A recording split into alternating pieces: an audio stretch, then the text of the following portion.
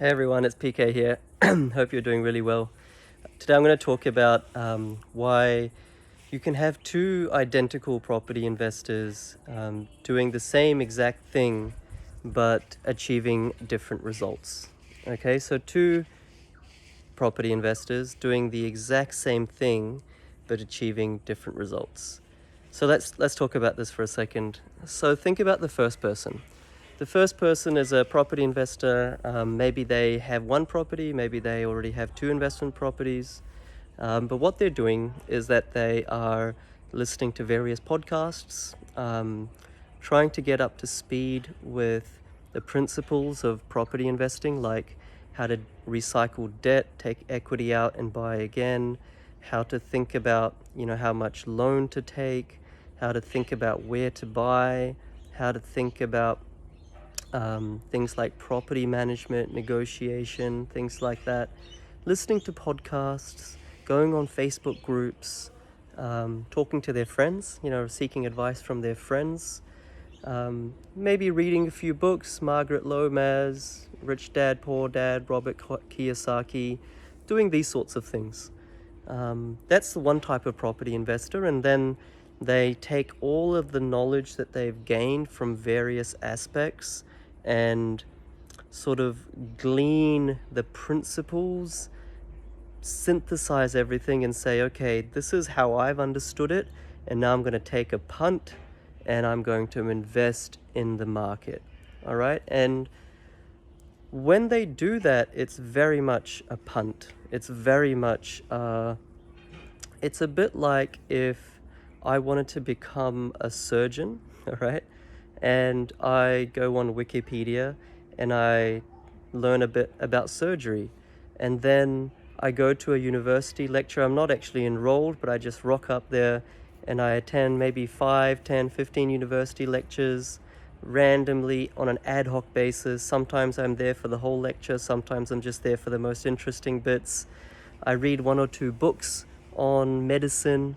I ask my friends about what their opinions have been, what their experiences have been when they've had to, have surgery and things like that. And I take all of that information and I think that, look, I know enough to be able to perform surgery. Okay, imagine if that was me. That's very much taking a punt. That's very much gambling in the in being a doctor and being a surgeon. You're probably going to kill someone. All right. But that's what most property investors do. And that's why more than 80% of property investors don't get past the first property.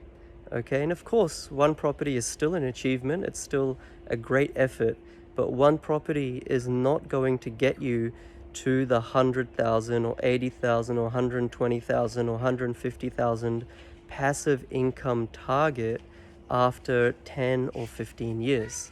Okay, you really need more than one property. And I've done videos on that before, on how many properties you need and how to think about that. But that's one type of property investor, right? They're self-taught, but they haven't really immersed themselves into education. They've just scanned everything, maybe spent 6 months scanning everything and absorbing everything, and are now ready to take a punt. Okay, but the fact is that if that's what most property investors do, those investors are also the ones that never get past the first property. Okay, and that's just a case, that's just a fact. Even, I think, what's the stats? More than 80% of property investors don't get past the first property, and more than 90% of property investors, I heard this somewhere, I don't know the exact source, don't make more than $100,000 of equity in the first 5 years. In the first 5 years. Okay, and you really need that equity to take that money out and buy again and again and again. Okay, so that's the first type of property investor. The second type of property investor is one who doesn't not do those things.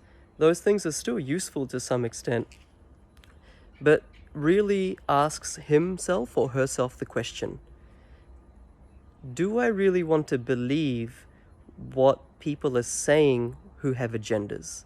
Do I really want to believe the podcasts, which are all sponsored by buyer's agents and have an agenda? Do I really want to believe all these stories, rags to riches, when the person that actually wrote the story, the person who the story is about, actually has an agenda? They're probably a buyer's agent or have some sort of product to sell you.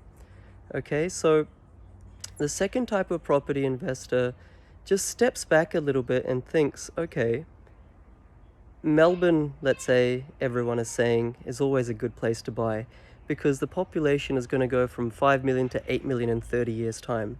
So that's 3 million additional people. Okay, that sounds great. I'm going to buy in Melbourne. It's going to be great. But what if I told you a place like Albury regional is going to go up by 400,000 people in the next 10 years? You might think, well, that's insignificant when it comes to population growth. Melbourne's going up by 3-4 million. Why are you telling me about 400,000? Well, the thing is that a lot of things get bandied around in podcasts, in books, in articles, online, but the reality is something different, okay? So when you think about statistics, when you think about data, you have to look at the relative growth, not the absolute growth. If Albury started off with a population of 200,000, I'm just making this up, and is going to grow by 400,000 in the next 10 years, then that's a bigger percentage growth in population than Melbourne, even though Melbourne's going to get another 3 million in the next 30 years, right? So it's very easy for me to sit here, or anyone to sit here and say, follow the population growth trends, follow vacancy rates, follow historical growth. If something's grown in the past, it's going to grow again in the future. Avoid crime, avoid social housing. You know, these principles of property investment are very easy to espouse, very easy to preach. But here's the thing, and here's the truth. By following these principles of property investment, A, they may not be right principles. B, even if you follow them, you aren't going to make money. Because it's a bit like, you know, teaching a professional tennis player. You know, you need to make sure that the strings on your racket are straight. You need to make sure the grip is grippy and you don't slip, okay? Novak Djokovic, make sure that in between serves you really take the time out to compose yourself and not, you know, serve in a rushed way. Make sure that you reach for every shot. Those are some good principles, but those principles in of themselves aren't going to make Novak Djokovic a Grand Slam winner. For that, you need more advanced knowledge, okay? You need more advanced knowledge, technique on shots, the velocity of shots, where to place the ball, how to serve. So what you hear in mainstream property commentary, whether it's from experienced property investors or brand new property investors, on groups, on forums, on books, especially on podcasts, are the right things, but they're just surface level, right? They're like telling Novak Djokovic to straighten his tennis strings, the racket strings, before every game. Okay, that's obvious, but that's not what's going to make him a Grand Slam winner, and that's not what's going to make you an advanced property investor. That's not what's going to make you a positive cash flow property that grows in the short term and the long term. That's not what's going to get you a property underneath market value. That's not what's going to get you a 6-figure passive income in 10 or 15 years time, so that you can have the flexibility to reduce your work hours, spend more time with your wife or husband or kids, and really do the things that you want to do. To become a Grand Slam winner, to become an advanced property investor, to actually get this thing right, you need advanced knowledge, right?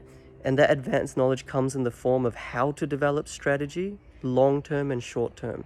That advanced knowledge comes from how to select the best suburb out of all 15,000 suburbs, using not surface level data like vacancy rates and historical growth and population growth and migration and unemployment, but micro LGA, local government area data, 30 to 35 factors whereby you can actually say, yes, this suburb is going to go up, in the next year or two. Okay, that's important.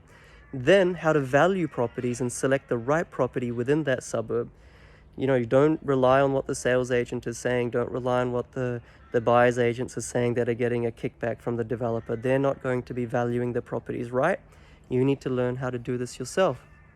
Then how to negotiate, right? Negotiation doesn't simply mean offering at the lower end of the range that's listed, okay? Advanced negotiation expertise, and then how to maximize your tax. 80% of property investors don't maximize all the tax available to them. Tax depreciation's available to them. And then things like how to add value to your home, subdivide, renovation, etc. And then how to have a team around you that so that you can do all of this without leaving your home. So you're not wasting hours and hours and hours doing research and spending your weekends at inspections. Advanced property investing means being at home, spending less than 5 hours doing research, and buying a top 5% positive cash flow, high growth property that allows you to get the second or third or fourth in the next 2 to 3 years. Okay, that's advanced property investing, and you can't do that. You can't learn to win a grand slam by just listening to podcasts. There's an agenda, it's surface level information, and if you listen to enough, I talk to hundreds of investors, if you listen to enough podcasts, you realize that they're just saying the same things over and over and again, okay? So get off that hamster wheel and really train yourself in property investing. There's, I think, lots of people who are offering various types of education out there. Some of those education products are lead magnets to a house and land package or a new off-the-plan apartment. There are a couple of bona fide ongoing subscriptions, $10,000, $20,000 type trainings that you can do as well.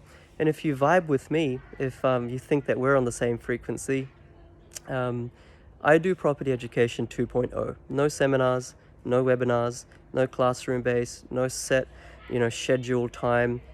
Education in your own time, at your own pace, with personalized support. Okay, so the main takeaway is don't take a punt in property investing. Train yourself, because the stakes are too high to get this wrong. You need to make sure every property counts. All right, guys, hopefully that was super useful. I'm a little bit outspoken in these things, and that's actually the thing that gets so many people calling me, DMing me, PMing me, saying I'm different. And hopefully I am different, because this is what you need to actually succeed. All right, guys, my name's PK. If this was valuable, just leave me a like or love below. Leave a link above or below as well. You can click that to find more information. But please comment if you have any questions or anything to share at all. If something didn't make sense, or if you want me to do a video on a particular subject, or just DM me that as well. Feel free to reach out. I'm vegan, so I don't bite. All right, guys, catch you later. Bye.